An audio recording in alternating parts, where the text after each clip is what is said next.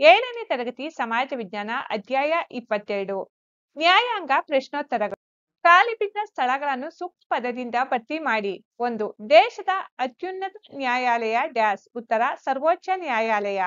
2. Supreme ಕೋರ್ಟ್ನ ನ್ಯಾಯಾಧೀಶರ ನಿವೃತ್ತಿ ವಯಸ್ಸು ಡ್ಯಾಶ್. ಉತ್ತರ 65. 3. ದೇಶದಲ್ಲಿ ಒಟ್ಟು ಡ್ಯಾಶ್ ಉಚ್ಚ ನ್ಯಾಯಾಲಯಗಳಿವೆ.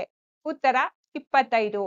4. ಸುಪ್ರೀಂ ಕೋರ್ಟ್ ನ್ಯಾಯಾಧೀಶರನ್ನು ಡ್ಯಾಶ್ ನೇಮಿಸುತ್ತಾರೆ. ಉತ್ತರ ರಾಷ್ಟ್ರಪತಿ. ಗುಂಪುಗಳಲ್ಲಿ ಚರ್ಚಿಸಿ ಉತ್ತರಿಸಿ. ಪ್ರಶ್ನೆ 1. ನ್ಯಾಯಾಂಗದ ಮುಖ್ಯ ಕಾರ್ಯಗಳೇನು? ಉತ್ತರ ಶಾಸಕಾಂಗವು ರೂಪಿಸಿದ ಕಾಯ್ದೆಗಳ ಅರ್ಥ ವಿವರಣೆ ನೀಡುತ್ತವೆ.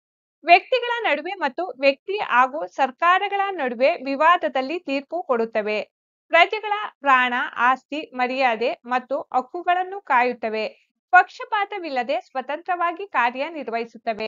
ಪ್ರಶ್ನೆ 2. ರಾಷ್ಟ್ರ ಮಟ್ಟದಲ್ಲಿಯ ಅತ್ಯುನ್ನತ ನ್ಯಾಯಾಲಯ ಯಾವುದು? ಉತ್ತರ ರಾಷ್ಟ್ರ ಮಟ್ಟದಲ್ಲಿಯ ಅತ್ಯುನ್ನತ ನ್ಯಾಯಾಲಯ ಸರ್ವೋಚ್ಚ ನ್ಯಾಯಾಲಯ.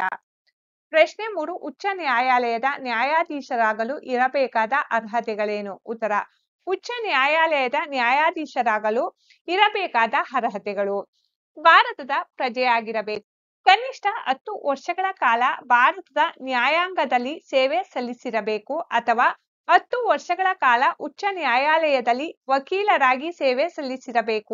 ಪ್ರಶ್ನೆ 4. ಸರ್ವೋಚ್ಚ ನ್ಯಾಯಾಲಯದ ಕಾರ್ಯಗಳೇನು? ಉತ್ತರ ಸರ್ವೋಚ್ಚ ನ್ಯಾಯಾಲಯದ ಕಾರ್ಯಗಳು: ಕೇಂದ್ರ ಮತ್ತು ರಾಜ್ಯ ಹಾಗೂ ರಾಜ್ಯಗಳೊಳಗಿನ ವಿವಾದಗಳನ್ನು ಬಗೆಹರಿಸುವುದು, ವಿವಿಧ ರಿಟ್ ಆಜ್ಞೆಯನ್ನು ಹೊರಡಿಸುವುದು, ಸಂವಿಧಾನದ ಅರ್ಥ ವಿವರಣೆ ನೀಡುವುದು, ರಾಷ್ಟ್ರಪತಿಯವರು ಸರ್ವೋಚ್ಚ ನ್ಯಾಯಾಲಯದ ಸಲಹೆ ಅಭಿಪ್ರಾಯಗಳನ್ನು ಕೇಳಿದಾಗ ಅವನ್ನು ನೀಡುವುದು, ಅಗತ್ಯವಾದ ನಿಯಮಾವಳಿಗಳನ್ನು ರಚಿಸುವುದು.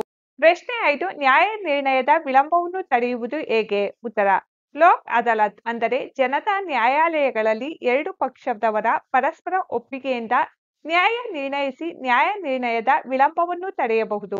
ಪ್ರಶ್ನೆ 6. ನ್ಯಾಯಾಲಯಗಳಿಗೆ ಇನ್ನಷ್ಟು ಅಧಿಕಾರ ನೀಡಬೇಕೇ ಬೇಡವೇ? ಉತ್ತರ ಸಾರ್ವಜನಿಕ ಹಿತಾಸಕ್ತಿ ಕಾರಣದಿಂದ ಹಾಗೂ ಪ್ರಜಾಪ್ರಭುತ್ವ ವ್ಯವಸ್ಥೆಯಲ್ಲಿ ಅತಿ ಕಡಿಮೆ ಖರ್ಚಿನಲ್ಲಿ ಜನಸಾಮಾನ್ಯರಿಗೂ ನ್ಯಾಯ ಸಿಗುವಂತಾಗಲು ನ್ಯಾಯಾಲಯಗಳಿಗೆ ಇನ್ನಷ್ಟು ಅಧಿಕಾರ ನೀಡಬೇಕು.